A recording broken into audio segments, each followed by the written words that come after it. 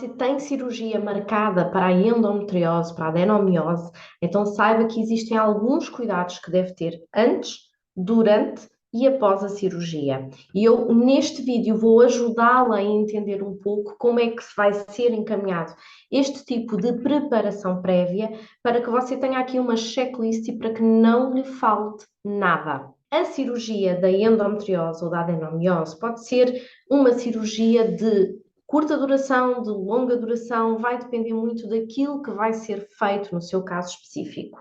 Por isso, os cuidados especiais que nós temos que ter também vão ser ampliados consoante o tempo de cirurgia a que você irá estar sujeita. Aquilo que eu lhe recomendo é que tenha as orientações por escrito, tire todas as dúvidas com a equipa de enfermagem e também com o médico que irá operar e mantenha um registro por escrito, porque a nossa mente é muito volátil e principalmente com estes fatores de stress em que estamos expostas a uma situação de risco, porque todas as cirurgias têm risco, que temos que mudar a vida à nossa volta para estar presentes na operação, que temos que alterar os horários de trabalho, alterar as rotinas de casa por causa dos cuidados pós-operatórios.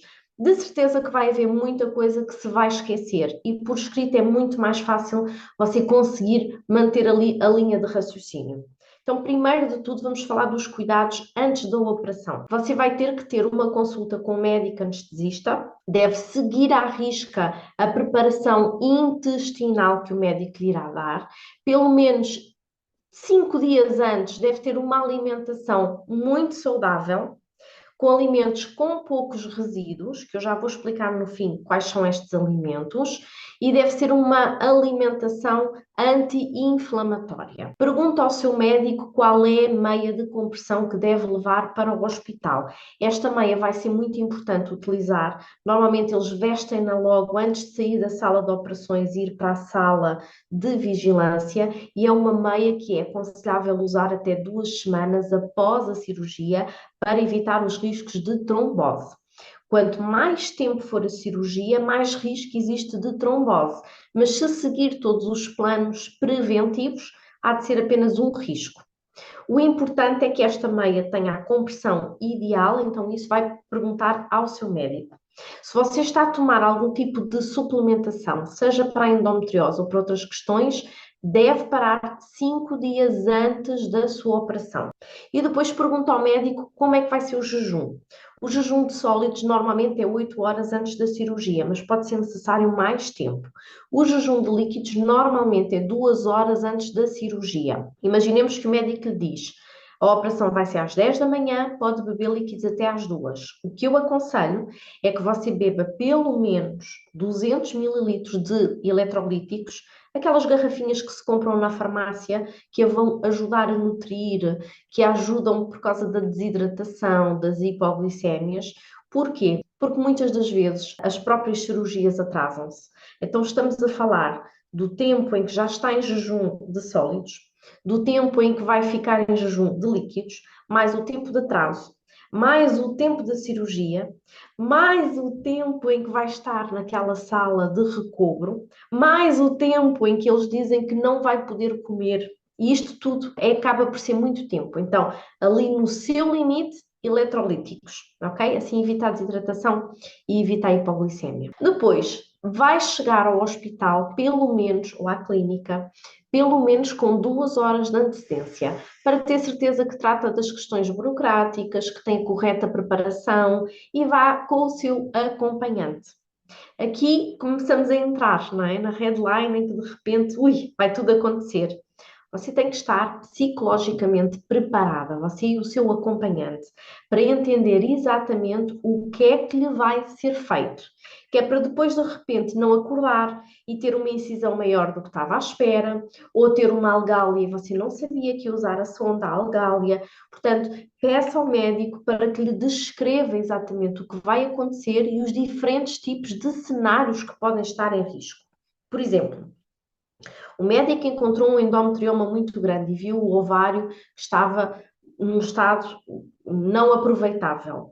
Se é possível ou não você acordar e não ter ovário, fale antecipadamente com o médico sobre os riscos, o que pode acontecer no melhor cenário e o que pode acontecer no pior cenário. Também para alinhar aqui as expectativas e para o médico saber qual é a margem que ele tem, porque o médico vai fazer clinicamente tudo aquilo que é o ideal por si, mas eu ouço às vezes histórias, principalmente no Brasil, porque as mulheres acordam e de repente na operação não foi exatamente o que estava combinado e às vezes é um bocadinho dúbio se era necessário, se não era. Então, para que você não vá com medos desnecessários para a operação, fale atempadamente, ok?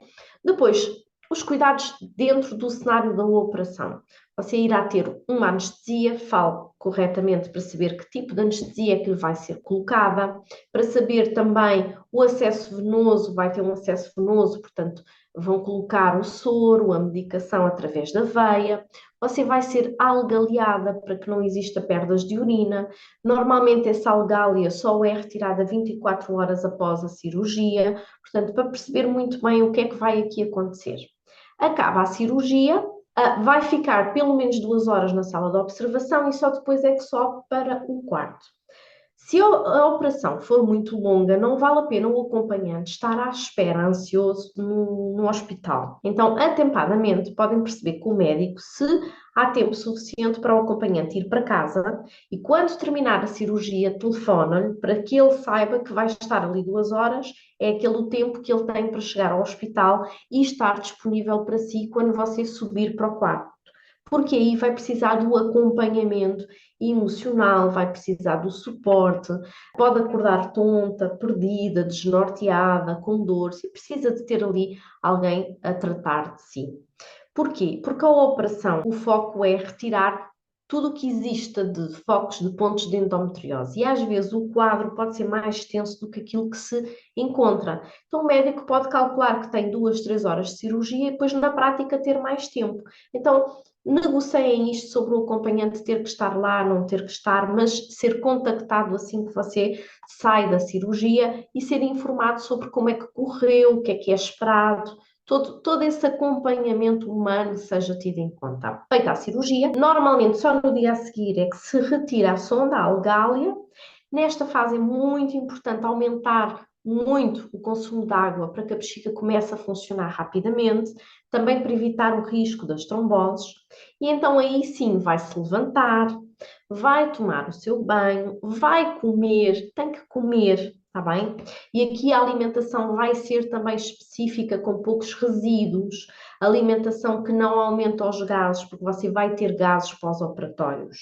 E nós precisamos que o intestino funcione e funcione bem. Também reduz o risco de trombose e o intestino tem que funcionar para você ter a alta hospitalar. Então, para isso, boa comida, alimentação anti-inflamatória, poucos resíduos, levemente laxante, vai ter que aumentar o consumo de água, vai ter que caminhar e continuar a usar as meias. Ok? Em casa, vai manter aqui estes cuidados e dessa forma consegue não só ter menos dor, recuperar mais rapidamente, ter menos stress, tem alta muito mais rápido.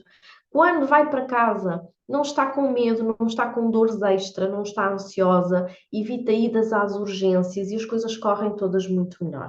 Então vamos lá ver quais são os alimentos que você deve evitar num pós-operatório. Pães integrais, pães com sementes, macarrão, esparguete integral, arroz integral, tudo o que seja integral não. Sementes não, coisas com muita fibra, aqui cuidado, porque pode ficar ali alojados os pedaços da fibra no seu intestino. Frutas também podem ter muita fibra, vamos retirá-las aqui nesta fase, porque não queremos teor ali dentro do nosso intestino. Sumos de frutas também não. Verduras de folhas, não. Leguminosas, não. Leite e derivados, eu não aconselho. Tudo o que são processados, charcutaria, não. Molhos, não. E doces, não. O que é que você pode comer? O pão branco, as massas brancas, portanto, os integrais, não. Bolachinhas de água e sal, bolachas Maria, biscoitos de polvilho, portanto, coisas muito simples, muito simples. Maçã sem casca, maçã cozida, purés, já, portanto, a fruta muito bem cozinhada é reduzida a purés, fruta assada. Se for beber sumo, ele tem que ser coado para retirar a fibra, ok? A batata, a cenoura, o chuchu, a courgette cozidos na forma de puré no primeiro dia, em sopas, caldozinhos pode ser. O leite, se for leite, 2, 3 dias depois tem que ser sem lactose. Um leite magro, nunca um leite assim mais grosso, esses não. Carnes brancas, sem gorduras, gelatinas, chás levezinhos, um chá preto levezinho, um chá de camomila, um chá de erva doce dos gases também pode ser interessante, água de coco para hidratar, eletrolíticos em forma bebível também pode ser interessante. E acima de tudo, como queremos poupar trabalho ao intestino, vai comer devagar e vai mastigar muito bem os alimentos. E desta forma, você vai conseguir ter uma recuperação de uma cirurgia de forma muito mais rápida, muito mais célere.